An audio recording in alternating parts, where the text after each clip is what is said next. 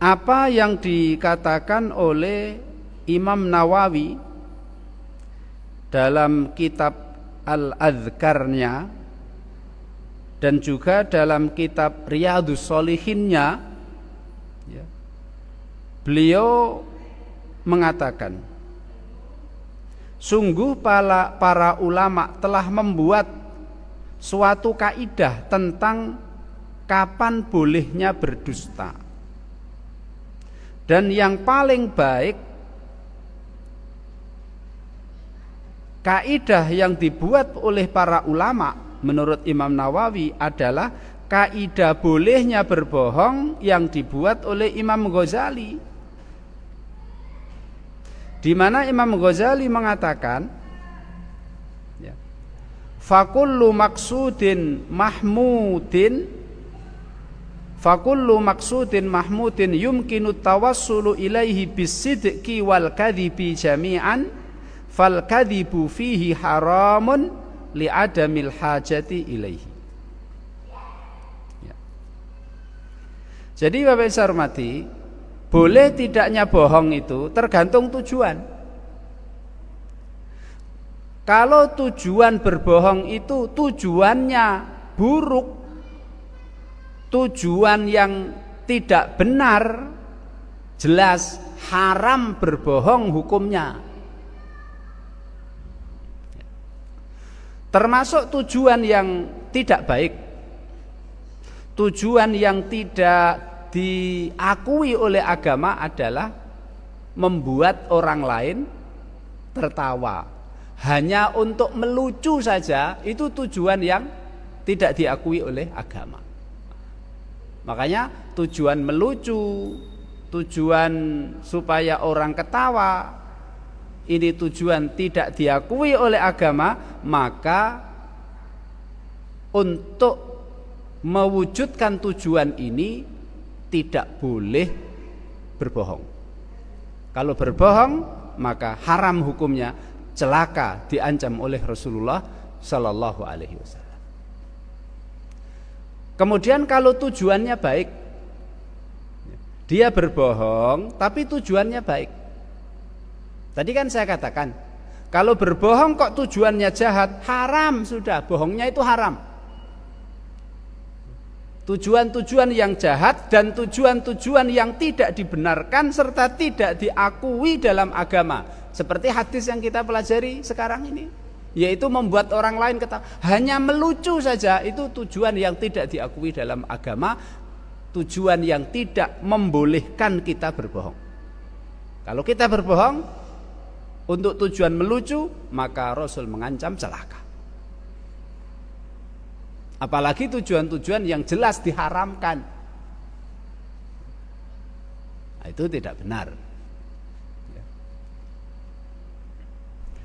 Di sini beliau mengatakan, kalau tujuan itu tujuan yang benar, tujuan yang baik, yang diakui dalam agama, tujuan ini bisa diwujudkan dengan jujur, bisa juga diwujudkan dengan dusta. Maka kalau diwujudkan dengan berdusta, haram hukumnya, karena tidak dibutuhkan kedustaan ini. Saya punya tujuan baik, Pak. Contoh, saya jual beli supaya dapat untung. Lah, dapat untung itu kan tujuan baik dan diakui, dibolehkan dalam agama. Karena Allah menghalalkan jual beli, wa ahallallahu al-bai'a wa harramar riba. Allah menghalalkan, membolehkan jual beli dan mengharamkan riba. Nah, untuk merealisasikan keuntungan ini bisa dengan berbohong, berdusta, bisa dengan jujur. Kalau bisa dengan berdusta, kalau bisa dengan jujur, dua-duanya bisa, maka bohong di sini diharamkan, tidak boleh. Makanya kemarin kita ceritakan Rasulullah Shallallahu Alaihi Wasallam masuk pasar, kemudian melihat makanan ditumpuk oleh penjualnya, kemudian Rasulullah memasukkan tangannya ke dalam tumpukan makanan itu, ternyata di dalamnya ada basah. Rasul merasakan basah. Kemudian Rasul bertanya, apa ini kok basah-basah? Kena hujan Rasul. Lah kenapa yang basah kok ditaruh di bawah kemudian ditutupi yang kering? Tidak boleh itu, ini adalah tipuan. Ini adalah tipuan, tidak boleh. Kalau ada yang basah, tampakkan yang basah supaya orang lain kalau mau beli tahu, oh ini yang kering, ini yang basah. Bukan ditutupi yang basah, ditampakkan yang kering. Ini adalah menipu, ini adalah bohong. Jadi Bapak yang saya hormati, kalau tujuan baik diantaranya jual beli untuk mendapatkan keuntungan dalam jual beli, tujuan yang diakui dan dibolehkan dalam agama, bisa dengan jujur, bisa dengan bohong, maka bohong di sini haram hukumnya.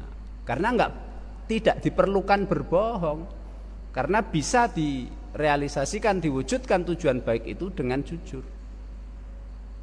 Nah, kemudian wa in amkana tawassulu ilaihi bil kadzib wa lam yumkin bisidqi fal kadzibu fihi mubah in kana tahsilu dzalikal maqsudu mubah wa wajibun in kanal maqsudu wajiban.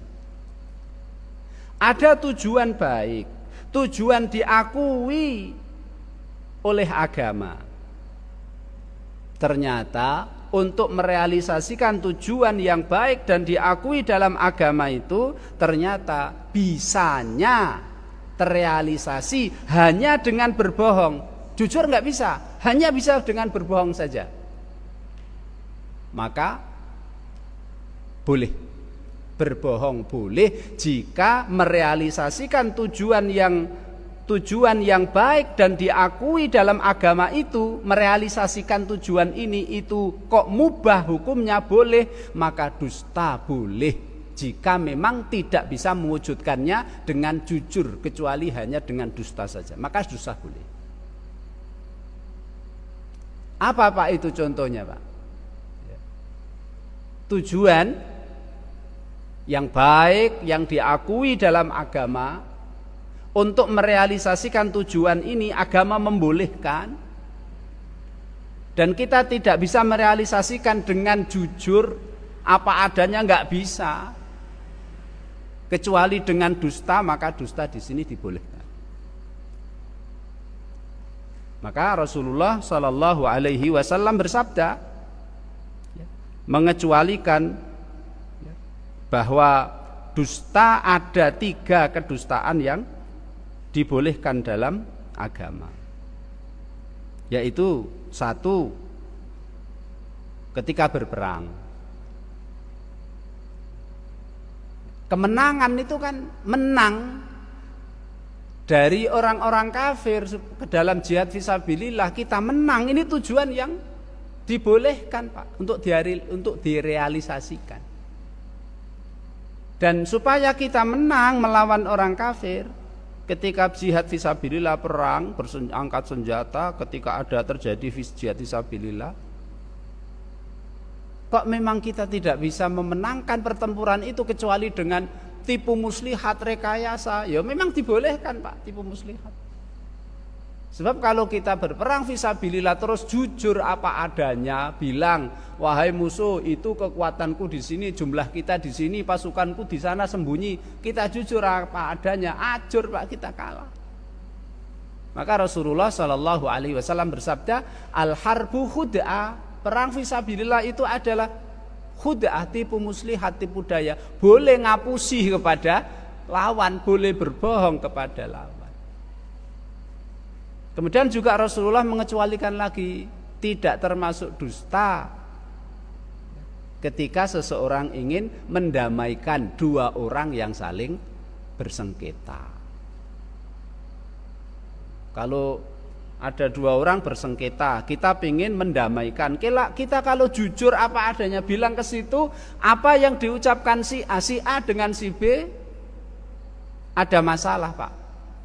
Kalau kita bilang omongan si A, kita sampaikan ke si B apa adanya, si B kita sampaikan ke A apa adanya, itu bukan mendamaikan namanya, itu namanya cucuk, apa namanya Pak? Tumbak cucukan itu namanya, adu domba, malah tidak boleh.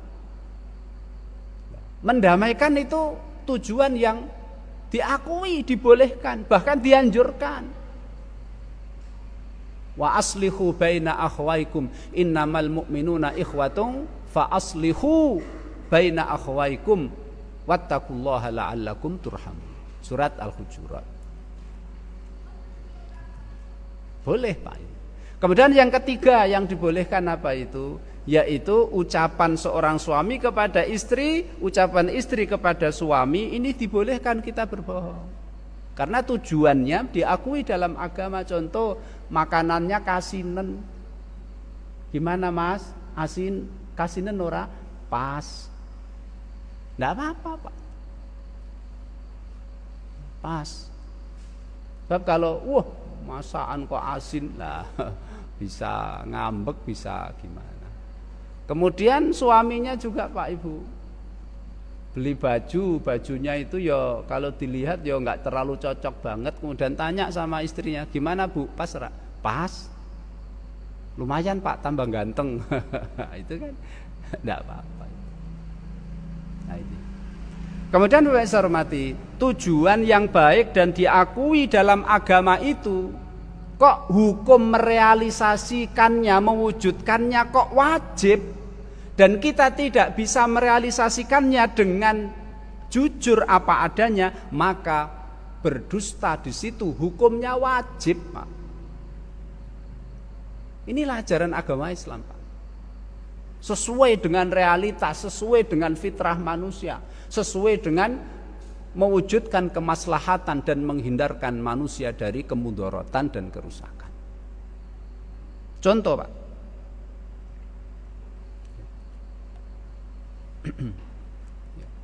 Menyelamatkan nyawa seseorang dari orang yang dolim, Pak, hukumnya wajib kalau kita mampu. Kita punya tetangga, orangnya itu baik, dia dakwah fisabilillah, mengingatkan orang-orang yang berbuat maksiat. Ada orang yang berbuat maksiat diingatkan dengan baik-baik, ngamuk, mencari ustadz itu dicari mau dibunuh, padahal ustadz itu mengingatkannya baik-baik. Nah, menyelamatkan nyawa ustadz ini hukumnya wajib, Pak. Dan kita seandainya tidak bisa menyelamatkan kecuali dengan bohong, maka bohong hukumnya wajib. Luar biasa. Kalau kita tahu ustadz itu sembunyi, kita tahu Pak tempat persembunyiannya, kemudian kita ditanya oleh preman itu yang mencari itu, wajib kita untuk berbohong. Oh maaf Mas, saya enggak tahu, entah sih saya dengarnya itu katanya minggat dia. Padahal dia tahu ustadznya sembunyi di rumahnya, dia bilang enggak tahu, malah dia bohongin, katanya saya dengar pergi entah kemana itu jauh, katanya itu takut. Nah, ini diwajibkan Pak, tidak hanya dibolehkan, diwajibkan. Karena sekali lagi menyelamatkan nyawa orang yang terdolimi seperti ini, terancam nyawanya dalam rangka untuk karena dia melaksanakan kewajiban, maka hukumnya wajib. Makanya kalau kita tidak bisa menyelamatkan nyawa orang itu kecuali berbohong, maka bohong hukumnya wajib. Ya. Kemudian Bapak yang saya hormati, contoh yang lain, contoh Pak ya, menyelamatkan harta orang. Menyelamatkan harta orang. Ada orang titip hartanya kepada kita. Kemudian temannya atau siapa itu, memang dia mencari harta orang yang menitipkan barangnya ke kita, ingin diambil. Entah itu gimana gitu Pak ya. Dua orang terjadi A dengan B sengketa, rebutan harta entah apa begitu. Ternyata yang A itu yang betul Pak dan yang benar, tapi si B nggak terima, pengen ngerebut. Lah si A itu takut sama si B, makanya si A menitipkan barang itu ke kita. Nah, maka si B nyari Pak, tanya kepada kita, karena kita itu temannya si A. Si B datang pada kita tanya, Pak, si A itu apa nitipkan barangnya ya Pak di rumahnya Bapak? Nah, kita Pak menyelamatkan harta orang lain hukumnya wajib. Dan kita tidak bisa, andainya tidak bisa menyelamatkannya harta orang lain itu kecuali dengan berdusta, maka berdusta ini hukumnya wajib. Maka wajib kita berdusta. Kita bilang, wah enggak tahu ya, enggak tahu ditaruh mana itu, dia enggak itu nitipkan sama saya, enggak. Ora dosa Pak, bahkan kita dapat pahala karena menyelamatkan harta orang saudara kita, dan kita mampu, kita selamatkan dari orang yang ingin berbuat zalim, ingin merebutnya dengan tanpa alasan yang dibenarkan. Nah, ini berkaitan dengan wajib Pak ya, wajib, diwajibkan kita berbohong. Bapak yang saya hormati, itu berkaitan dengan nyawa orang, berkaitan dengan harta orang, wajib. Tapi kalau seandainya Pak ya, seandainya itu berkaitan dengan nyawa kita, berkaitan dengan harta kita, kemudian kita jujur apa adanya sehingga harta kita diambil orang, kemudian nyawa kita terancam, nah itu tidak masalah, tidak apa-apa, karena itu hak saya, hak kita. Seandainya saya tidak berbohong demi menyelamatkan harta saya tidak berbohong, saya apa adanya jujur. Seandainya dia rebut, biarin, nah itu hak saya, tidak masalah. Nah itu bedanya Pak ya, menyelamatkan nyawa orang, harta orang dengan menyelamatkan nyawa kita dan harta kita. Kalau nyawa kita, harta kita, terserah kita mau jujur sampai kita hancur, silahkan, itu hak kita.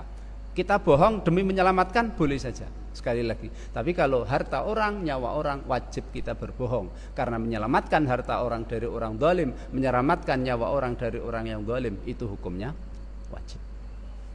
Nah ini Bapak yang saya hormati, kaidah yang dibuat oleh para ulama tentang boleh tidaknya berbohong. Sekali lagi, kalau tujuannya jahat, tidak boleh kita berbohong. Tapi kalau tujuan baik, diakui tujuan itu dalam agama, boleh tidak kita berbohong.